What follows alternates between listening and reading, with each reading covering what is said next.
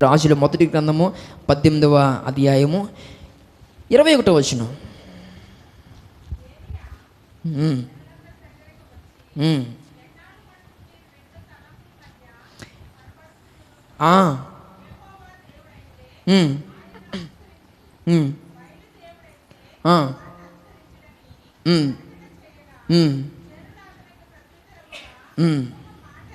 పలకకపోయి దేవుని స్తోత్రం కలుగునుగాక.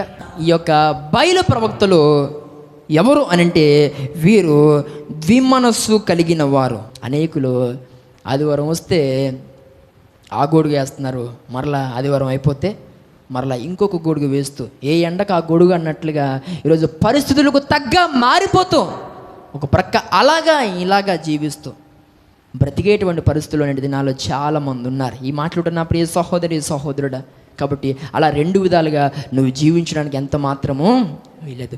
ఉంటే చల్లగానైనా ఉండు, లేదా వెచ్చగానైనా ఉండు. నువ్వు వెచ్చని స్థితిలో నువ్వు ఉంటే దేవుడు తన నోట నుండి ఏం వేస్తాడు? ఆయన ఉమ్ము వేస్తాడనే విషయం నీకు తెలుసు కదా, ప్రకటన గ్రంథంలో చదువుకున్నావు కదా.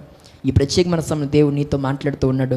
ద్విమనస్సు కలిగి ఉండొద్దు. మనం రెండు విధాలుగా మనం భక్తి చేసేటువంటి వారిగా ఉండొద్దు. అటు లోకాన్ని పట్టేసుకుంటూ ఇటు దేవుణ్ణి పట్టుకుంటూ ఆయా సందర్భాల్లో మన జీవితాల్లో లోక అనుభవాలన్నీ కూడా స్పష్టంగా కనబడతా ఉంటాయి. జాగ్రత్త, నువ్వు ఫేస్ న్యూట్రల్ కలిపి పట్టుకుంటున్నావు అనే విషయాన్ని మర్చిపోవద్దు. దేవుని స్తోత్రం కలుగునుగాక. రెండు పట్టుకుంటే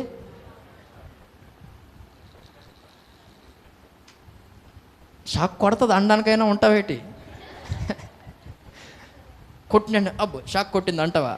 ఆ మాట అనకుండానే అంత ప్రమాదం అన్నమాట. నీ నాశనం అంత ఫాస్ట్గా ఉంటుందని విషయాన్ని చెప్తా ఉన్నాను. ఎప్పుడు కూడా రెండు కలిపి ఎంత మాత్రం పట్టుకోవడానికి వీలు లేదు. దేవుని స్తోత్రం కలుగునుగాక. దేవుడు మన నుండి కోరుతున్నది ఏంటంటే ఒక ప్రత్యేకమైన జీవితాన్ని ఆయన కోరుతా ఉన్నాడు. దేవుని కొరకు ప్రత్యేకంగా మనం జీవించాల్సిన అవసరం ఎంతైనా ఉంది పిల్లరా.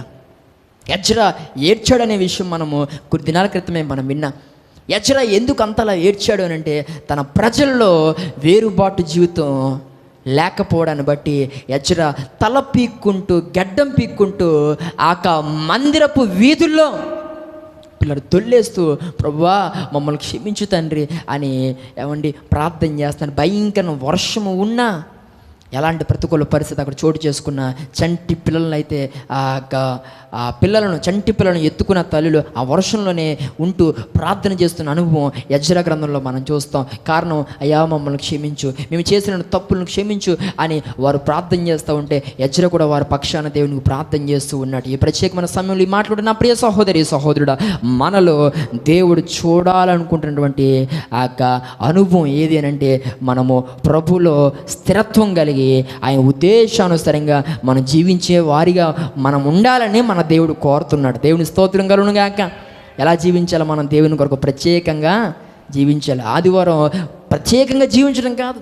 ఆదివారం పిల్లరా ఆ రకమైన పాటలు హడావిడి. కొంతమంది సెలవుల్లో ఆదివారం వస్తే చాలు రాజా నీ సన్నిధిలోనే ఇలాంటి పాటలు మోగుతాయి. మరికొంత సమయం వాక్యం వస్తూ ఉంటుంది, మరికొంత సమయం ఏదో ఇంగ్లీష్ వర్షిప్ వస్తూ ఉంటుంది, మరికొంత సమయం ఏవో సండే సర్వీసులు వస్తే సాయంత్రం దాకా మండే నుంచి నీకు తెలిసిగా. దేవుని స్తోత్రం కలుగునుగాక. ఇలాంటి అనుభవాలను ముందుకు కొనసాగుతున్నవేమో ఈ ప్రత్యేకమైన సమయంలో దేవుడు మాట్లాడుతున్నాడు. అలా ఉండొద్దు, రెండు విధాలుగా ఉండొద్దు. మండే టు సాటర్డే ఒకలాంటి జీవితం, ఒకలాంటి సహవాసాలు, ఒకలాంటి తిరుగుడు. ఆదివారం వస్తే ఏదో మనం ప్రత్యేకమైన వారిగా ఈరోజే పైనుంచి ఈ పైన ఊడిపడి ఇక్కడి నుంచి ఇలా దిగి లోనకు వచ్చేసినట్టుగా నటించద్దు. దేవుని స్తోత్రం కలుగునుగాక. ఈ యొక్క ప్రత్యేకమైన సమయంలో మాట్లాడుతున్న ప్రియ సహోదరి సహోదరుడా, దేవుడు మనతో మాట్లాడుతూ ఉన్నాడు. మనము ప్రత్యేకంగా జీవించాల్సిన అవసరం ఎంతైనా ఉంది. దేవుని కొరకు మనం ప్రత్యేకంగా జీవించాలి. దేవుని కొరకు పిల్లరా మనం నమ్మకంగా జీవించాలి. ద్విమనస్సు అనేది మనలో ఉంటే ఎంత మాత్రం వీల్లేదు. ఇక్కడ వారు రెండు తలంపుల మధ్య తడబడుతున్నారు. నీ ఆత్మీయ జీవితంలో కూడా కొన్ని సందర్భాల్లో అటు లోకమా లేకపోతే ఇటు దేవుడా తేల్చుకోలేని పరిస్థితిలో ఉన్నాం. ఒక మాట నేను చెప్తా ఉన్నాను, దేవుడు తన నోటి నుండి నిన్ను ఉమ్మివేయక మునిపే అయితే లోకాన్నైనా వదిలే, లేదా దేవుణ్ణైనా వదిలే. నా మాట మీకు అర్థమైందా? ఉంటే చల్లగానే ఉండు. మరి అదే చెప్పాను నేను, కొంచెం మార్చి మాట్లాడాను అంతే. అయితే లోకాన్నైనా వదిలేసాయి, లేదా ఎవరిని వదిలే? దేవుణ్ణైనా వదిలే, మంచిది. నిలువెచ్చని స్థితిలో ఉండొద్దు అనే దానికి నేను మీకు అర్థం కావడానికి ఈ మాట చెప్తున్నాను. ఇటు లోకము కావాలి, ఇటు దేవుడు కావాలి, అటు లోక క్రియలు కావాలి, ఇటు దేవుడి యొక్క ఆశీర్వాదాలు కావాలని అంటే కుదరదు అంటున్నాడు దేవుడు.